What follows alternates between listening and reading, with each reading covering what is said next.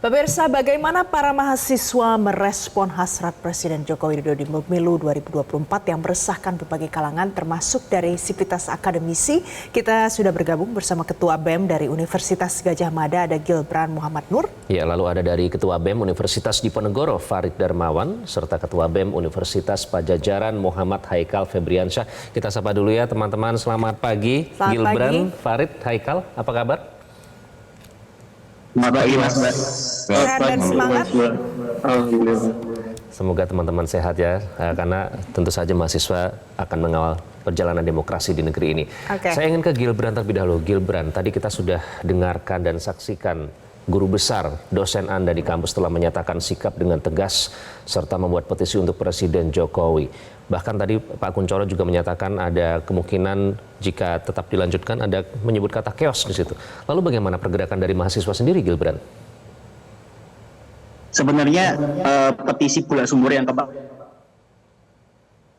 diciptakan oleh Sivitas Akademika yang mencakup guru besar, kemudian dari teman-teman mahasiswa BEM dan alumni serta tenaga pendidik lainnya, itu adalah wujud keresahan UGM gitu ya. Dan dari BEM UGM sudah menginisiasi sejak bulan Desember kemarin tanggal 8 ketika kita membuat diskusi terkait dengan demokrasi dan runtuhnya konstitusi. Dan di aksi tersebut kita menobatkan Pak Jokowi sebagai alumnus paling memalukan. Nah, agenda dan di diskusi tersebut kita juga membuat maklumat Bulak Sumur, sehingga dari UGM sendiri sudah mengeluarkan dua output. Yang pertama dari BEM berupa maklumat Bulak Sumur, dan dari Sivitas Akademika UGM merilis petisi Bulak Sumur. Nah, tentu akan ada follow up lebih lanjut, Mas dan Mbak sekalian.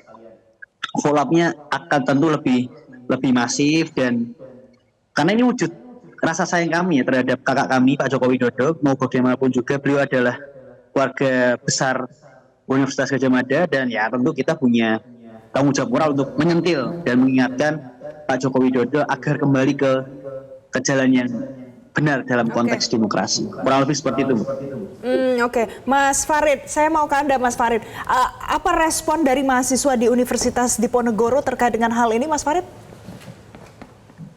Oke, baik Kak.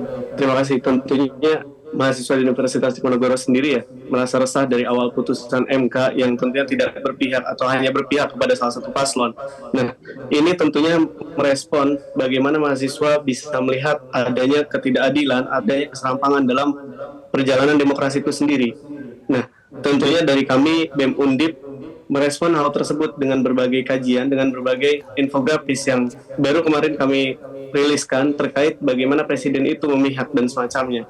Nah, itu mungkin yang bisa kami hadirkan karena sejauh ini meskipun kami masih dalam masa transisi ya BEM Undip itu sendiri, tentu kami juga ingin hadir untuk bisa menjawab kebutuhan dari masyarakat dan mencerdaskan dari masyarakat itu sendiri. Itu mungkin, Mbak. Gibran dan Farid ya, kalau Haikal sendiri gimana? Apakah ada respon tersendiri dari teman-teman mahasiswa melihat concern atau kekhawatiran dari para guru besar dan dosen tentunya yang disegani oleh masyarakat? Ya, tentu kita melihat kejadian Sivitas Akademi dan juga para guru besar ini sudah mulai memunculkan taringnya kepada publik bahwa ini menjadi sebuah pertanda bahwa demokrasi hari ini bukan lagi barang yang spesial. Berarti hari ini kita lihat juga dari berbagai pakar, demokrasi hari ini sudah diacak-acak, republik dibuat seperti rasa kerajaan, Pak Jokowi sudah terlalu cawe-cawe, terlalu jauh. Maka respon yang baik dari Sivitas Akademika selaku insan cendekia untuk mengkritik dan juga menegur kembali presidennya yang seharusnya jangan hanya direspon hak demokrasi oleh presiden, tapi jadi pelajaran dan juga menjadi renungan agar setidaknya bisa mengurangi ataupun berhenti untuk terlalu jauh dalam cawe-cawe dalam Pilpres ataupun pemilu 2024. Tentu kita tidak menginginkan ke depannya terjadi gelombang besar tadi gitu ya, chaos tadi, atau apalagi terjadi kerusuhan, mengingat kita punya pengalaman buruk di 98 terjadi reformasi dan bukan tidak mungkin reformasi terjadi kembali di 2024 ini. Oke, jadi sebenarnya ketiga dari Anda semua ini menyampaikan kekecewaan, kemarahan. Tapi pertanyaannya adalah pada saat mahasiswa kita dulu lihat bercermin ya Iqbal ya, dari tahun 98 kemudian terjadi hari ini mungkin dengan situasi yang berbeda tapi punya sama-sama unsur kemarahan dan keresahan. Saya mau ke Gilbran. Gilbran, apa tindakan konkret yang mungkin dilakukan mahasiswa? Mungkin tidak hanya sekedar menyampaikan kritik, adakah aksi mungkin yang akan dilakukan? Bicara soal aksi massa dan kemudian eskalasi isu, perlu sebenarnya kelemahan kita adalah kita terlalu terpisah ya, terlalu parsial kemudian tidak terkonsentrasi itu.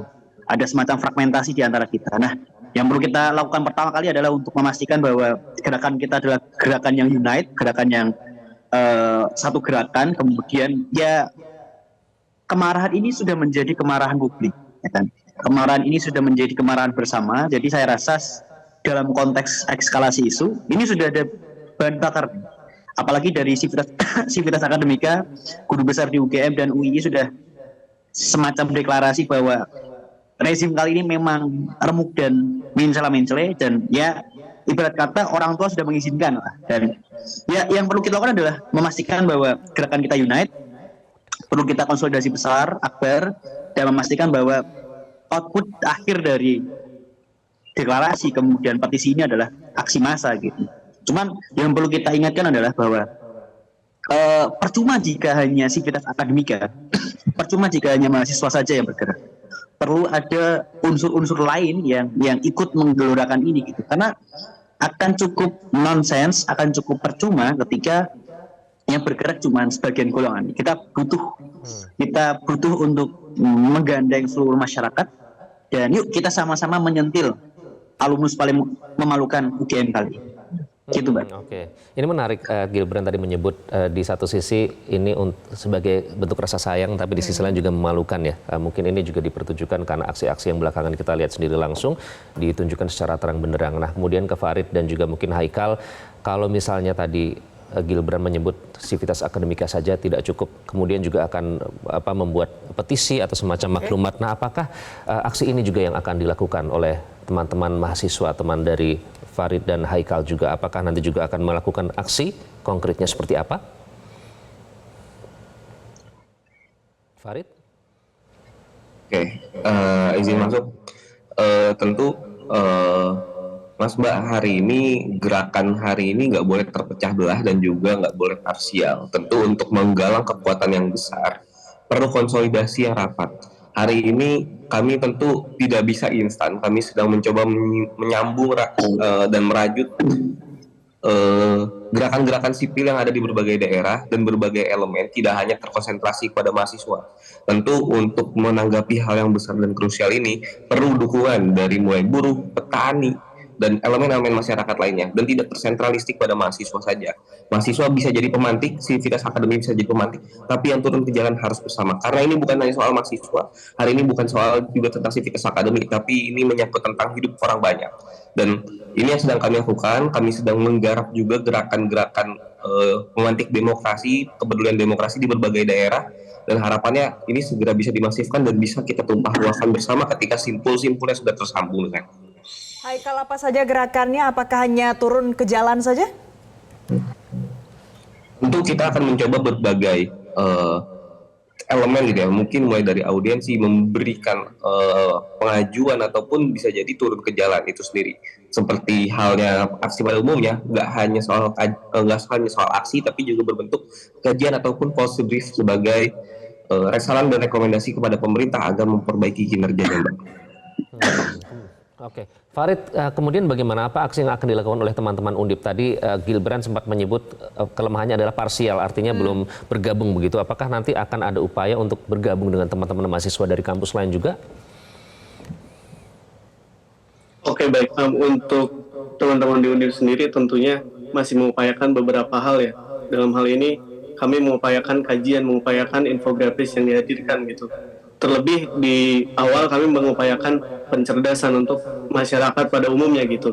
Nah, tadi berbicara terkait parsialisasi mahasiswa itu sendiri ya. Mungkin dari kami juga mengupayakan bagaimana simpul-simpul tadi bisa dihadirkan untuk bersatunya kekuatan yang lebih besar gitu. Kami tentu membangun komunikasi-komunikasi dengan kawan-kawan lain gitu untuk bisa bergerak untuk bisa sama-sama mewujudkan demokrasi yang memang dikembalikan atau untuk sebesar-besarnya kepentingan rakyat gitu.